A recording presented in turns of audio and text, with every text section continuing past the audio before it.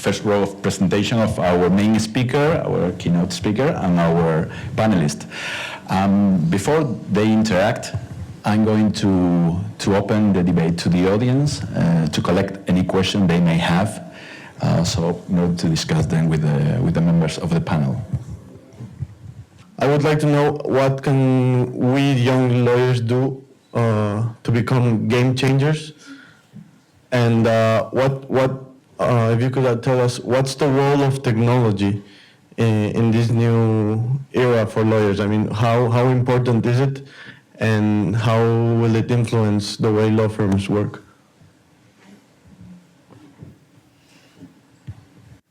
More questions? My view, I don't know, I haven't really got any experience about it, but if generally clients are happy with law firms and there isn't really a need or probably just a will to change, no, amongst the big law firms, really the situation won't change. That's what I'm asking. And the only way probably it can change if there was, for example, just a very or two or three very innovative law firms, no, which try to bring change in the way that things work. So I would would like to know if there are those types of very innovative law firms.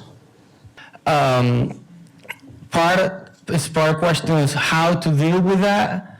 As a young lawyer, how pushy can you be when you're a young lawyer within your law firm, and how do you think that's going to be a problem for young lawyers for law firms, or is it going to help? Because at some point they might listen to us. The people there, Dan Katz, who's doing that research on big law that can predict outcome of cases, is actually planning on making that research open source and opening it for innovation and giving access to it for improvement. And if they actually achieve their aims, and right now they have a 70% rate overall on guessing correctly the outcome of cases, what does that really mean for practice? I mean, what does it mean for law firms if you can predict the outcome that well? What does it mean for independent practitioners who don't belong to big law firms if they have access to that source code? You know, this could be something that's similar to the iPhone in that it brings something that was unexpected, and it brings a design and approach to something that we haven't used before. So I'm just wondering if anyone has ideas on how that might actually impact the legal practice in the big law firms. We have several good questions to almost every member in the panel. I believe we could start maybe with Julia and Carolina, for example. The question is new lawyers versus old-fashioned partners. How do they connect? So first, let's hear Julia, and then maybe Carolina. Okay, that's a very good question. It's a good question for especially, if you want to succeed. Well, I would say that the first thing, a law firm is made by the people that belong to that organization. So, and the culture is as we were discussing yesterday, are the values and the way you make decisions in the firm. I don't think that a young lawyer can change the culture of an organization. Another thing is that you pick the law firm that you feel more close to your values and your way of making decisions and living. So I would say that there is an important need for that fit. That doesn't mean that the law firm is going to be the same the day that you join and the day that you leave the firm. So I really believe that the personal impact on the way organizations evolve is huge. I think that many times we don't understand how one person can really impact the way one organization works. So for that, so my point is that I would not advise any young lawyer to try to confront the culture of that place from the beginning. What I would say is how you envision that culture in the future, and how can you be part of that change if you believe that the change is for the best of the firm and the client, of course. So that connection will come when you have the opportunity to impact the way things are being done in the firm. Now, it is true that the structures have a power in shaping behavior. That is true. So the bigger the place is, the more difficult it is to change that.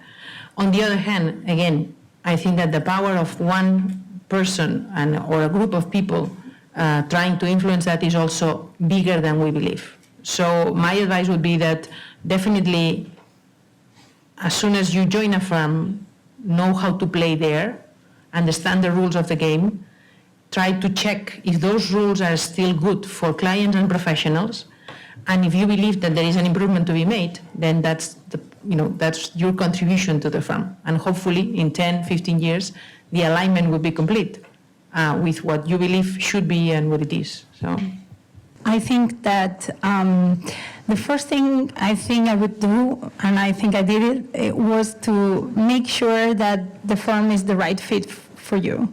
So I don't think, I understand the situation is tricky and sometimes you get what you get and you have to adapt yourself. If that is the case, then don't try to fight the odds and just go with the flow and try to do your work the best you can. But if there is any possibility to choose, I would go with a firm that shares your values and where you are going to be able to be happy. Because going to work happy is the most important thing ever. Bear in mind that when you start working, you're going, and I don't want to scare people, but really it's very intense. And you're going to spend 15 hours a day surrounded by the same people. They will know you, they will know what you eat for lunch or not eat for lunch. And if you choose the wrong place, a place where you hear people, for example, for me, the people shouting is something I cannot bear, so I don't like that. When you choose the right place, it's going to work. Once you are there, I think the way to change things, if you need to change something, is to make yourself valuable, to prove that you are an asset for the law firm and that they need you. And doing that is just working very hard, being very smart, play your cards well, and just be there when they need you and try to solve problems. But not being too smart. You have to, follow that partner that is, a little bit old-fashioned. But I think choosing well from the beginning is very, very important because you don't want to make your life miserable. Okay, thank you, both Julia and Carolina. We have another question which was addressed to anybody in the panel, but it was made a particular mention to Michael. It was the question related to open innovation, open source code, new technologies, how they are going to impact to independent legal practice. Maybe if they are going to make greater the gap between law firms, big law firms, and independent legal practice. I think, and I think that'll just be the first step of it. I think other complex problems that organizations are facing, if there's enough data aggregated and enough algorithms pointed at it, you'll be able to basically predict some things that right now are a bit of a mystery. So I honestly have no clue what the implications are going to be. I think they're going to be huge, though. Just my instincts tell me. Yeah. We have some additional comments from Julia. I'm an engineer, so a little bit of technology, I know. I think that the promises of technology are always bigger than the delivery afterwards when it relates to people behavior. So I would say technical problems, of course, the technology always solves them, more or less, and with more time, better, right? But when you have people involved, I would say that the technology never goes where we would like to, because people are free and they can do different things than what is predicted in the machine. But what is true is that what it's going to help is to commoditize the way the services that law firms can make. So there will be a business there for sure. So for sure there will be a business in that side where technology will play a huge role. Still, we will have the other side. That is where technology cannot say anything because we cannot predict, human behavior as if it was a machine, because our mind is more creative than what a machine can predict. So I think that what's going to help is that separate different segments where law firms could specialize and make a business out of it, depending on the skills that the people in the firm would have. But definitely it's going to impact for sure. Any more comments on this, Marcus? Only make one comment. I think with regard to Dan Katz and his research, we are all at the first level of acceptance. We tend to say, and in particular if we are a litigation partner, this is complete nonsense. And it will never be able to give a sensible answer to how lawsuits will end up. Maybe that's not the right point of view. We should at least look into it to try to understand what is happening there, and then to see whether, if you are heading a litigation department, whether there is some software or some knowledge which could help you to improve your litigation services. I think law firms don't tend to look at new technology like this. Everything which is beyond Word, Excel and PowerPoint is somewhat, strange to, so even databases are not well known to lawyers, but the thinking behind it may be complete nonsense at the moment. But if it's possible with big data to predict the outcome of certain things, and if you buy a book via Amazon, the offers you get based on your big data, and 90% of these additional offers are hits, and you would buy them, then it's time to rethink the way we think about outcomes of that what we are doing. Just one point, can I? We were discussing the other day one of the examples of how technology may help. Many years ago, during the Gulf War, you all know that Booz Allen was behind organizing the whole war, using game theory on the one side and computer power to do all the possibilities for that, all the tactics for the war before the war was decided. Of course, behind the computer power was some minds, but there was a technology that helped to put together the final strategy for the war. That doesn't mean that the war was fought by the technology, but the technology helped to think about how to strategize better. So I think that this is the way we need to think about technology. It is helping with that power to strategize better or to put together things that in our minds would take longer and that computers today can do for us. I mean, if you look at the medical field, right, I mean, doctors now frequently use not that powerful computers, but computers to help assist them in diagnosis and other things, whereas lawyers still don't really do that. And there is a lot of literature, including Blink and things like that. Which is a very interesting book about just the combination of experts and technology, and it's just a very interesting area, which is, I think, just undeveloped in the legal. It's underdeveloped in the legal sphere. You were talking about dying market, but why change in the market? I mean, why change in the model if they are still profitable?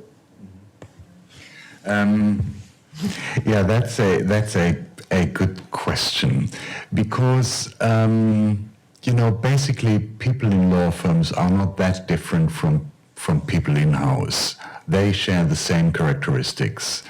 Both are not really open to change, and as long as an in-house legal department is happy with the services it receives from a law firm, then why change? And as long as the CFO of that firm is happy with the cost level of the legal department and the external spend on legal, why change? Why change relationships if that what Carolina says is right? companies are looking for relationships, and you can't always have these one-night stands in going for the least expensive provider of legal services. But then happen things like someone comes up like Axiom with a completely new business model, providing new sources, well-trained, well-educated, cheaper than traditional law firms. Or it may happen that there is a new CFO who comes into the firm, looks at the cost level, and the first thing he says is, I don't understand why we have this cost level in legal. Or when before the Pfizer Legal Alliance was founded, Pfizer had a very traditional way of buying services, and then came the former DLA partner, and she's still today head of legal, and she was completely a game changer because she introduced a new way of buying services. So it's very often happening that a new person is coming, so maybe a new head of legal, and the old firm, which provided happily the services, is no longer the fan of the day. So it's gone, or a new CFO putting pressure to the in-house legal counsel saying, I'm not content with your 5% budget reduction, I want to see 25%. So make sure that you revolutionize your sourcing. And if that comes together with, say, a firm like Axiom, or that what Michael described, there are some spin-offs in Germany who are very close to your model, and all of a sudden a small law firm, which you all may not have heard of, which consists of spin-off of major firms, has made it in the rankings far up. Although their overall turnover is still pretty low, but in their perception of quality by companies, they rank at the same level at Freshfields and Hengler. So change doesn't happen if there is a new computer system in place, or change doesn't happen if there is a new article in place. But if there is a new person in place, and if there is a new firm, then it may happen that things change. And that is the same with your question, how do we get along with these old farts in the firm? Well, over time it changes, but you can't predict it and you can't plan it. I mean, I would just add one thing, which is I think often these conversations about innovation focus on survival. So there are predictions like we've heard today of threats to the business model, and all of that is driving innovation. But I think when you talk to clients, and I do spend a lot of my time talking to our clients, the thing that often comes up is how can we work better with our client, right? We have a relationship with them, and how do we deliver more value, right? And out of our relationship, right? How do we invest more in the client and getting to know the client, getting to know the problems they have, getting to know their industry? How do they invest in us? There's a lot of interchange of staff and personnel between in-house legal departments and law firms. And I do think that another way of driving innovation within big law firms is to focus on value and how you deliver more value, and collaborate with your clients to deliver more value. And I think it actually shifts the dialogue around innovation into a more positive place for the partners, right? Because I think sometimes if you go to the partners at a big law firm and you say, your life is ending as you know it, they don't necessarily kind of receive it very well. So if a Richard Susskind comes and talks to us, a lot of our partners just are not going to receive his message very well. They just don't see it, and I think they slightly just don't think he's a credible person, right? I mean, I love Richard, but he doesn't resonate always with big law firm partners. If you talk to partners about how they enhance their relationship with their existing clients and how they innovate to do that, I think in many cases that creates a better dialogue with the partners. So I think we need to kind of think of innovation both as value creation and as a tool for surviving, right? And staying out of the commodity part of the market. So just a thought. Okay, thank you. And I left for the last turn the question that I believe it's the most difficult, and that is the future of this profession when these students, it's in not such a long term, become hopefully partners of these big law firms? You know, if you know what you want and you're committed to put your skin in the game, I think you can make it. I don't think you just have to have a dream and go for it. And it sounds really, abstract what I'm saying, but in my experience, I think it's always good to put enthusiasm in everything you do.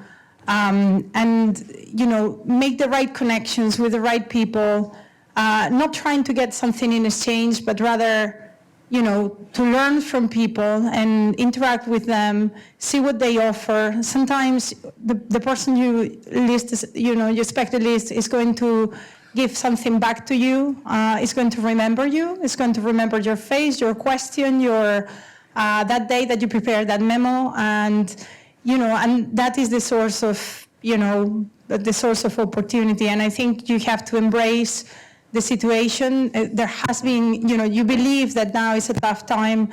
I was in front of Lehman Brothers in 2008 in Canary Wharf, seeing how those lawyers and how those bankers were coming out with boxes from the building.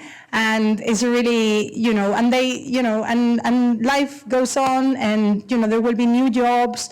You just have to reinvent yourself and try to reach out to your dreams. So, it's a little bit abstract, but it worked for me. So I think it can work for everybody. I would say that, first of all, I don't know, I have no idea what is going to be the profession in, 10, 20 years. But I would say that two ideas. One, I think we need to regain the awe that any professional does at the beginning of joining a profession, being a doctor or being a lawyer or that your knowledge is at the service of the client. So the game should not be how can I be better, how can I get to the best position, and so on and so forth. I think that for any professional, the goal should be always how can I help, in this case, my client or society at large with my knowledge, given that I had the privilege, or at least the hours spent knowing something that nobody else, or at least less people know. So I think that would be probably the first thing. The second thing is that I think that success nowadays is being defined in very different ways. And that for me, it's an advance. So for many years, success was only one thing. As you get to the top of the pyramid on, the good firms that everybody acknowledged that were the good firms.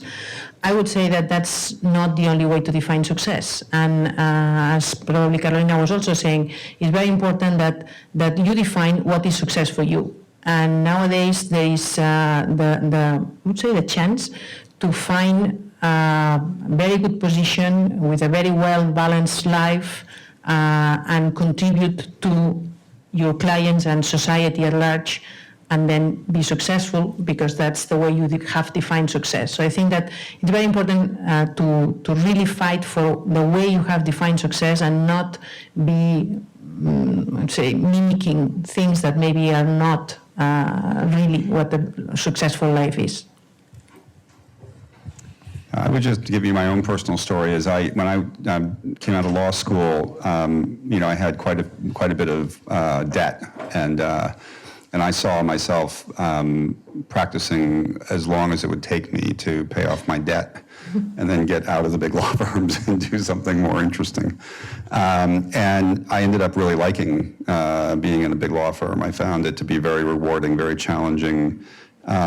You're working with some of the smartest people in the profession at any of these top firms. And there's also a lot of other things going on within these firms, right, in terms of pro bono and community service and engagement in the larger world with some pretty serious resources behind it. And the one suggestion I would just make to you is your path is not linear, right? It's not like, law school, big law firm, associate, big law firm partner. Some people do that, but most people don't do that. When I go back to my law school reunions, most people are not in law firms. Many are not in law anymore. And the training you're getting and the professionalism the profession that you're learning is going to serve you well in almost anything you do in your career. And I would just soak it up. I think law is a great profession. I think the training you get in law school and in the big law firms is exceptional, I think, and it allows you to have skills that will translate into many other things in your life. And I just think it's a matter of really soaking that up as you're a young lawyer, and then keeping your options open and moving in the direction that seems right to you. And not worrying about whether big law firms are struggling or not. I just think as a young lawyer, you should soak up everything you can and learn as much as you can in those early years. That's hard to say, but you can't, moving forward, predict what will happen if you do this or that. If you have moved along the way and look back, you understand why you did it. And I think it was extremely important and very wise what Carolina said. First thing is you have to love what you do. You can't be excellent and good if you don't love what you do. So for love, there are two sides required. Don't go into a law firm where you smell that it's not your law firm. Just because they're offering you a job with a decent salary, that's not enough. So if you love what you do, and I fully agree with Carolina, but there is a second thing which you should take into consideration, and that is maybe the argument between older people and younger people. Be aware that you are in an ever-changing profession. And the argument between young and old is that the old, don't really want to live in an ever-changing profession because it's a threat. I mean, who wants to change? But be aware that even if you start successful in a law firm, that can change. And if you look at change as something which is interesting, then life is easier than if you regard change as a threat. But if you love what you do, and if you are good, and people want to have you as, say, for a future in the firm, then you are a game changer, even if you don't realize when that happened, that you acted as a game changer. Now, that is nothing which you can use one-to-one for your further plans, but rest assured that in 5 years, if you look back, you understand why I have taken the decision. There was another very wise man, Steve Jobs, who said, just follow your heart. That's the best way that leads you to proper results. If you look back, you will then understand why you have been successful. Don't mimic. Don't live other people's life. It's just your thing. So that's a bit esoteric. No, I'm sorry, but that's the best one can say to people who are entering the legal profession. How was the change from a law firm to the other way around, to the clients? And how you managed the change from Spain to here to New York? Okay, so the first one is a little bit what Marcus was saying. At some point, I decided to embrace the change, and so while I was working in my law firm, I met a partner who was, keen on me and thought that I had some, career prospects. So when he left the firm, he thought that he wanted to take me with him, and I said, no, I want to live the law firm life for a little bit more. And then I moved to London, moved back to New York, and we kept in touch, and he happens to be the senior VP at Pfizer now, the senior tax VP at Pfizer, so basically he controls all the tax department at Pfizer.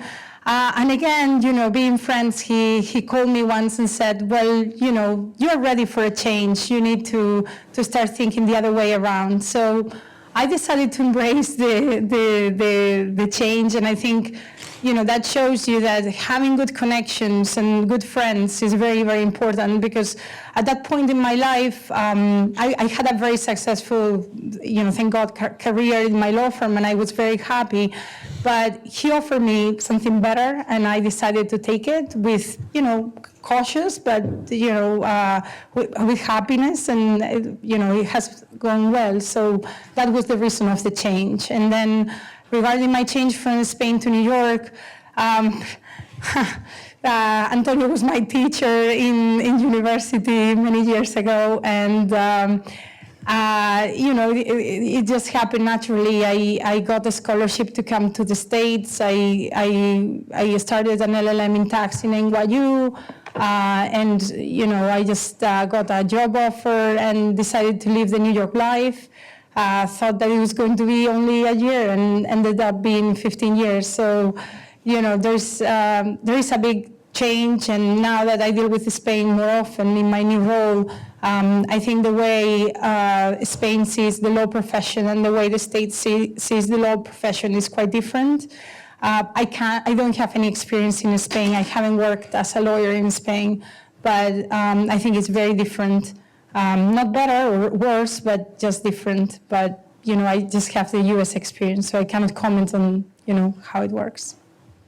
We've been looking at innovation, technology, and all of the implications, but I think that we haven't focused on probably the elephant in the room, which is how it affects origination of business, which is a crucial part in a partnership or in a firm. Is there any way that you see that all of this trend towards innovation, the axioms of the world, are changing one fundamental issue, which is that the decision to hire a lawyer or a law firm is not based primarily on cost. Cost may play a role, but it's on the trust relationship that you have with the Wachtels of this world, more than with the capillarity of being in 100 jurisdictions, and with all due respect for Baker and McKenzie, having that sort of alternative model. Axiom, anyone else, how are these affecting the origination part of the business? Still, many people would say, look, we hire lawyers, not law firms. And as you said, it's based on trust and confidence. That normally requires two people talking to each other.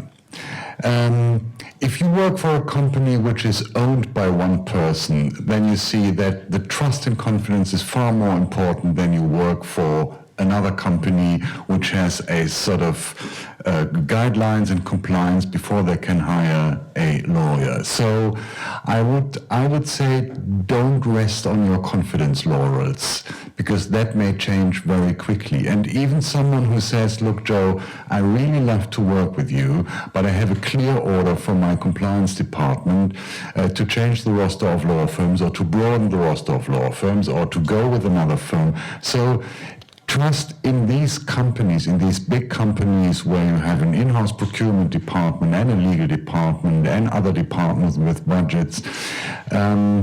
Trust it's not the strongest currency for building up a good business relationship. But again, what Carolina said is so important. Listen to detect early enough the changes which happen in your client. But don't even think a minute that a good trustful relationship is a guarantee for further business in the coming years. That may change very quickly. Before I give the word back to our Dean for some closing remarks, Marcus, you have the privilege of a last word. Famous last words. I have to say I have really learned a lot, and that's all I can say for today. I hope it has been of your interest. Thank you especially Carolina, Michael, Antonio, Julia, and Marcus. The discussion was very interesting and has had a high level. And at the beginning, I have said that it was our first activity in New York. The market in the university is changing too, but I think we are trying at least to work in the best direction. Thank you very much.